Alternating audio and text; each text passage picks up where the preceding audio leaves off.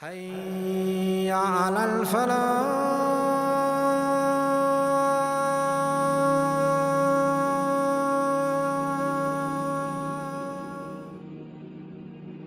How about then Moses, or as we say in Arabic, Musa, who is mentioned in the Qur'an, many places in the Qur'an. The Qur'an talks a lot about Moses, about Musa and the Bani Israel. Then we know that Moses is descended from Abraham, because Abraham had two sons, Ishaq, Isaac, and Ismail or Ishmael. One of the sons of Isaac was Yaqub or Jacob. Jacob was the one who became known as Israel. And as we know, he had 12 sons. From the 12 sons of Israel came the 12 tribes of Israel.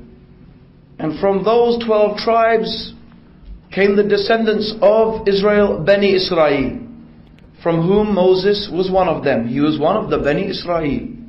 However, what was the name of the religion of Moses? Was he a Jew?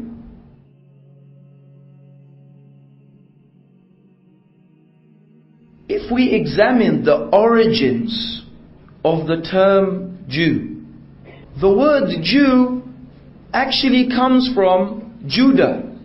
When the people of Israel were taken into captivity by the Babylonians, there was a small piece of land left which was known as Judah, because this was the land that was inhabited by the tribe of Judah, and that was one of the 12 sons of Israel. So the people living in that land became known as Jews from Judah. But this is something that took place many centuries after the time of Moses. The term Jew did not exist in the time of Moses. So there is no way that you could say that Moses was a Jew, because the term Jew did not exist. But Moses had a religion which he taught, which he believed in, which he practiced, and which some of the people around him followed. So what was the name of that religion? Again, if we go to the Bible, we are at a loss to find the name of this religion. However, if again we follow the same methodology, what did Moses believe? And what did he teach?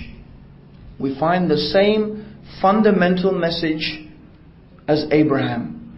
Moses taught people to believe that there is one God, who is unique, eternal, self-sufficient, who is the creator and the controller of all things. That there is nothing that can be likened unto God. That God is not like anything in this creation, and His representation cannot be made in any way from any created thing. No creature of the sea, no creature of the air, no human being in any way, shape or form resembles God. God is unique. He is the creator of all of these things. And it is to this God, this creator of all things, that the worship should be directed. Prayer, sacrifice, charity, and indeed obedience. Because one of the things we find it is clear from the religion of Moses is that there is a comprehensive set of guidance, of laws, of rules and regulations by which and through which the true believers in God must adhere to and must obey. That salvation and success in this life and the life to come is through believing in God and worshipping Him alone, and by submitting oneself to the divinely revealed commandments of God. So therefore we find, just as Abraham was someone who worshipped God alone and submitted to the commands of God, then Moses similarly believed in God alone, submitted to the commands of God, and taught other people to do the same. This is the religion of Moses.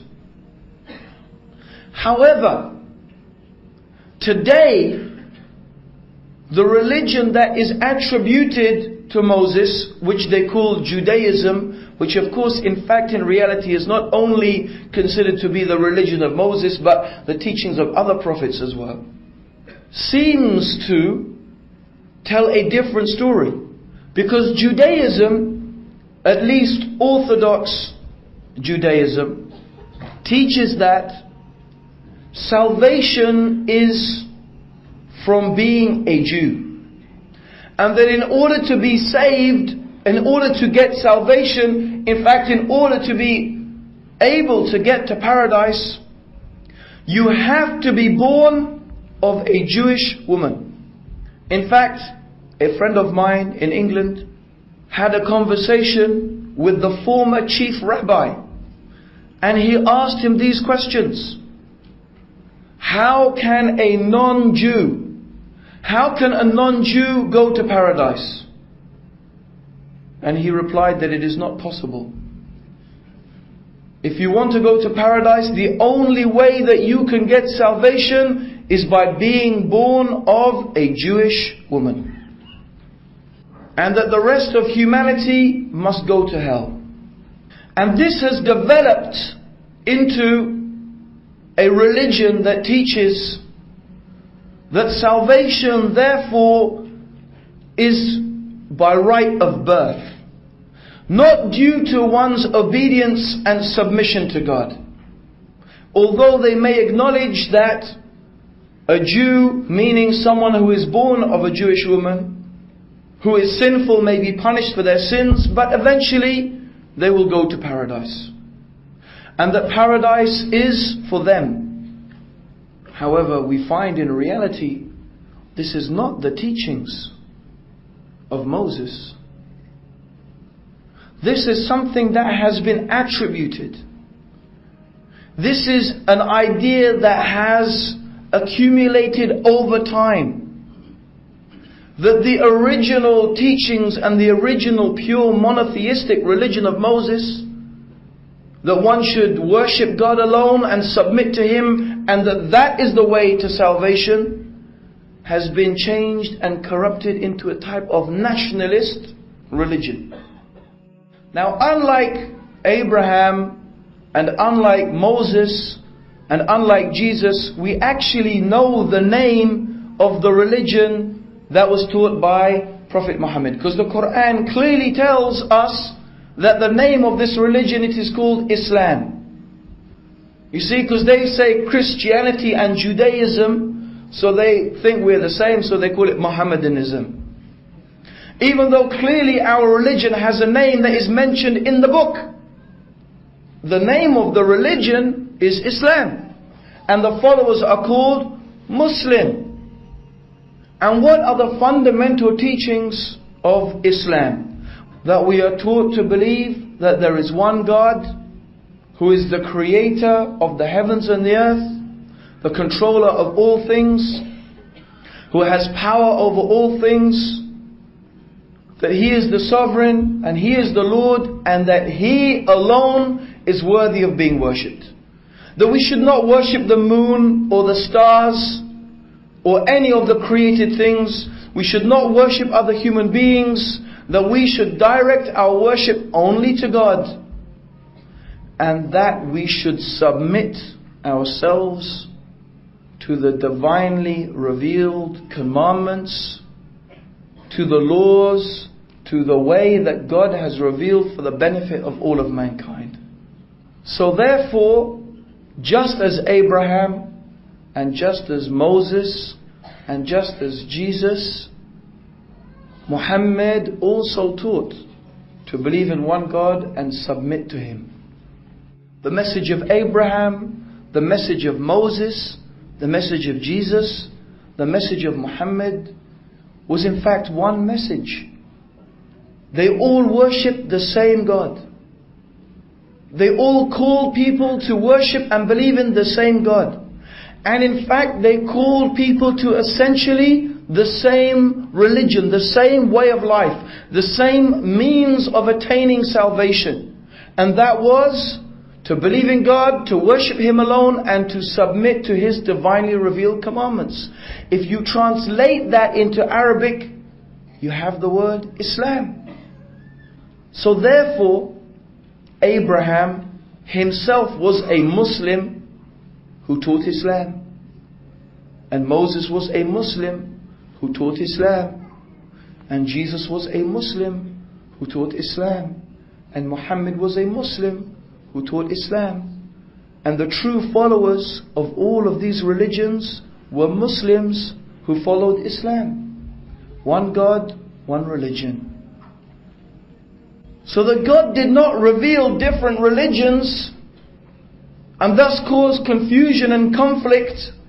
In fact, the Creator has only in reality revealed in essence one religion, one means of salvation.